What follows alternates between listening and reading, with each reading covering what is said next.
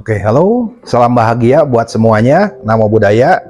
Perkenalkan, nama saya Liu Kim Yi, atau lebih sering dikenal dengan sebutan Akim. Ya, saya seorang aktivis Buddhis di salah satu wihara di Kota Bandung, dan juga dulu pernah terlibat pula dalam berbagai kegiatan lintas agama.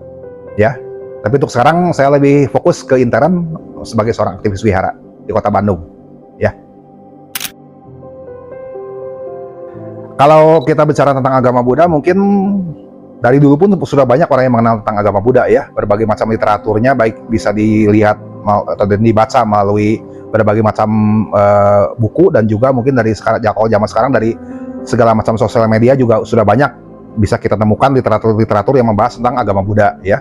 Tapi secara umum dapat dikatakan bahwa agama Buddha itu sebenarnya sudah dari sejak dulu berkembang di Kepulauan Nusantara, atau yang sekarang kita kenal di negara kita di Indonesia, itu dari sejak zaman Kerajaan Sriwijaya. Ya, di Sriwijaya itu sejak dulu sudah menjadi salah satu pusat penyebaran agama Buddha di kawasan Asia.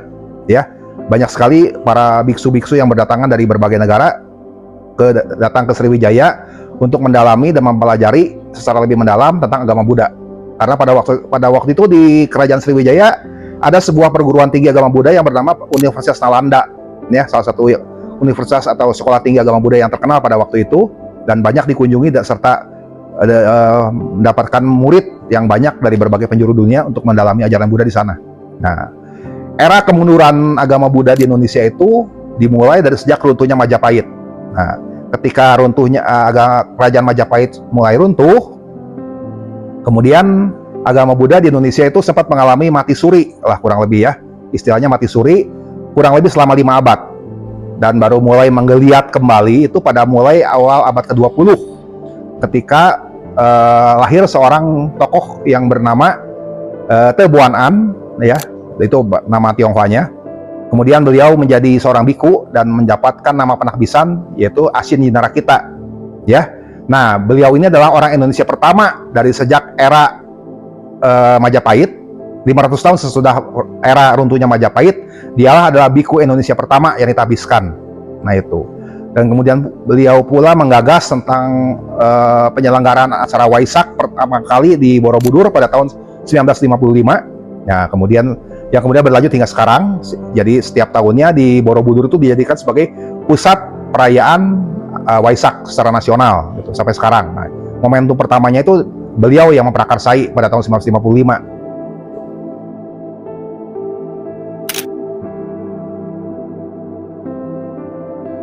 Sebenarnya ada, cuma karena jumlah penganutnya pun sangat kecil sehingga seolah-olah tidak nampak.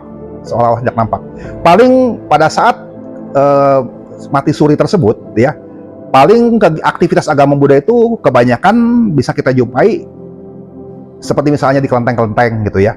Karena di kelenteng itu salah satu unsurnya adalah agama Buddha. Ya, masih ada sedikit lah orang yang masih mengadakan ritual agama Buddha segala macam. Nah, cuma karena waktu itu dalam kondisi yang saya sebut tadi mati suri itu, ya, jadi akhirnya boleh dikatakan aktivitasnya nampak seperti antara ada dan tidak ada, seperti itulah kurang lebih. Theravada itu adalah salah satu mazhab dari agama Buddha itu yang boleh dikatakan agama Buddha aliran selatan, ya, karena pusat penyebarannya itu dari mulai India bergerak ke arah selatan, dari mulai ke wilayah Indochina, Thailand hingga ke Indonesia. Itu pusat penyebarannya.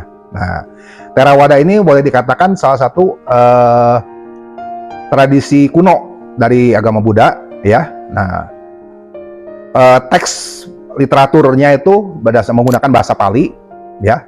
Sedangkan kalau Mahayana itu adalah aliran agama Buddha yang berkembang di wilayah dari India ke arah utara, sehingga dikatakan juga aliran utara, ya, menyebar dari mulai daratan Tiongkok ke Tibet hingga ke Jepang dan ke Korea, dan itu. Teks kitab sucinya menggunakan bahasa Sanskerta, ya, dan kemudian juga banyak ditranslate ke berbagai bahasa seperti ke bahasa Jepang, bahasa Mandarin dan lain-lain. Nah, itu. Kalau Vajrayana sendiri ada merupakan sub bagian dari Mahayana sendiri yang kemudian lebih berkembang di Tibet. Vajrayana itu.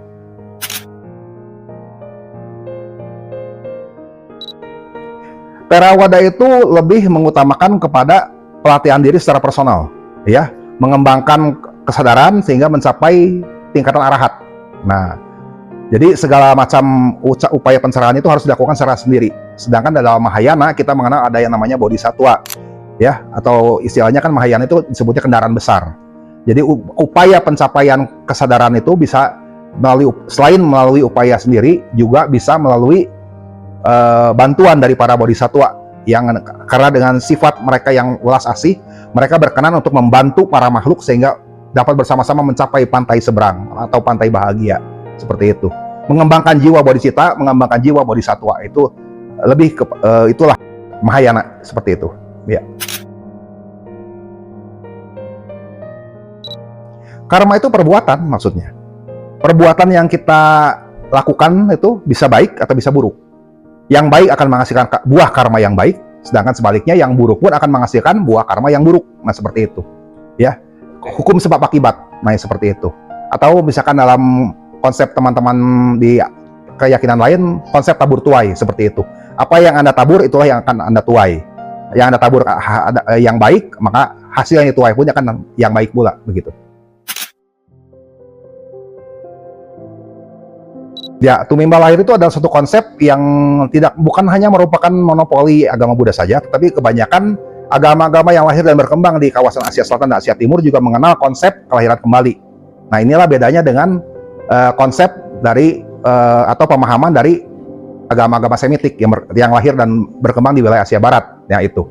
Jadi, ketika kita meninggal, kita masih berproses. Nah, berproses di kelahiran berikutnya sesuai dengan buah karma kita. Bila buah karma kita ini baik, maka kita bisa terlahir di alam, kembali menjadi manusia, atau terlahir lagi di alam yang lebih baik lagi, yang lebih mulia, misalnya di alam para dewa dan sebagainya. Sedangkan kalau kita memiliki buah karma yang buruk, maka kemungkinan besar kita akan terlahir kembali sebagai makhluk yang menderita, terlahir di alam-alam yang lebih rendah dan lebih menderita, seperti misalnya alam hewan, alam hantu kelaparan, atau bahkan alam neraka, seperti itu.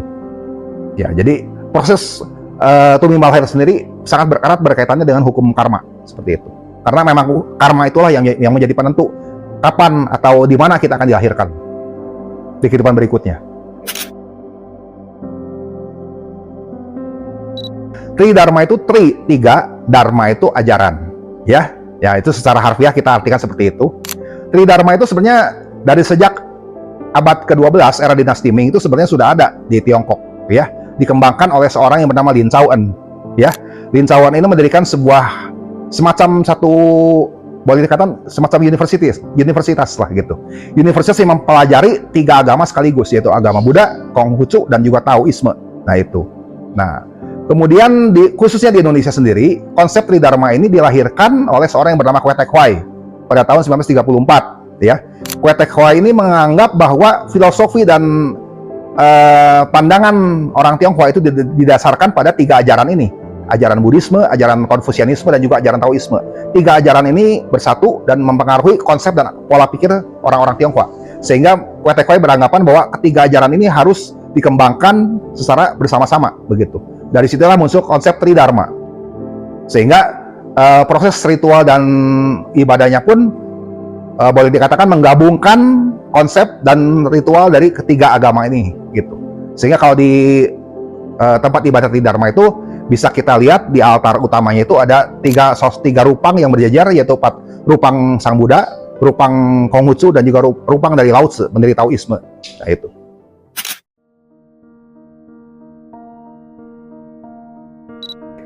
Wihara itu adalah tempat ibadah umat Buddha, sedangkan kelenteng adalah tempat ibadah bagi orang-orang Tionghoa yang masih menjalankan tradisi dan kepercayaan leluhurnya, seperti itu, ya. Hal yang membuat rancunya itu adalah karena ini ada erat kaitannya dengan faktor politik, yaitu pada saat terjadinya pergantian dari rezim Orde Lama ke Orde Baru, disambung lagi dengan munculnya Inpres nomor 14 tahun 1967 yang isinya adalah pelarangan terhadap segala bentuk budaya Tionghoa. Maka pada saat tersebut itu banyak kelenteng-kelenteng yang kemudian dalam tanda kutip beralih rupa atau bermetamorfosis menjadi wihara. Pelangnya diganti menjadi wihara apalah gitu namanya, menggunakan bahasa Sanskerta gitu. Itu ya. Karena pada saat itu kan memang segala bentuk aspek budaya Tionghoa itu memang dilarang. Jadi salah satunya kelenteng pun harus berkamuflase menjadi wihara. Nah, itu. Dari sinilah kemudian banyak orang menjadi rancu, dianggapnya wihara dan kelenteng itu sama aja, padahal sebetulnya secara konsep berbeda, ya. Jika kita berbicara tentang bagaimana sih rasanya menjadi seorang Buddhis di Indonesia, sepanjang yang hidup saya, yang saya jalani sebagai seorang Buddhis tuh, ya biasa-biasa saja ya, karena memang dari sejak dulu pun agama Buddha memang merupakan salah satu agama yang diakui di Indonesia itu ya. Jadi kalau secara kesulitan pun sebetulnya nggak terlalu dirasakan secara bagaimana lah gitu ya. Kita sebagai seorang umat Buddha masih tetap bisa beraktivitas dan menjalankan ibadah seperti biasa ya. Nah, cuma mungkin kendalanya pada saat era Orde Baru itu mungkin terutama kalau di kalangan Buddhis Mahayana ya, ada pelarangan terhadap penggunaan simbol-simbol keagamaan yang berbau Tionghoa, mungkin ya, penggunaan bahasa Mandarin atau pelang-pelang wihara yang menggunakan bahasa Mandarin itu sempat dilarang dulu tapi sekarang sih sudah boleh lagi lah ya. Jadi sebagai seorang umat Buddha memang saya merasakan satu, ya dalam tanda kutip, kenyamanan spiritual ya, yang istilah saya itu kenyamanan spiritual, di mana saya bisa, mungkin nggak ada bedanya juga dengan rekan-rekan penganut agama yang lain ya, kita melalui suatu ajaran agama kita bisa mengenal dan membedakan mana yang boleh dilakukan, mana yang tidak ya, bisa membedakan mana yang baik dan mana yang buruk, yang baik lakukan, yang buruk tinggalkan, seperti itu kurang lebih lah ya, seperti itu lah.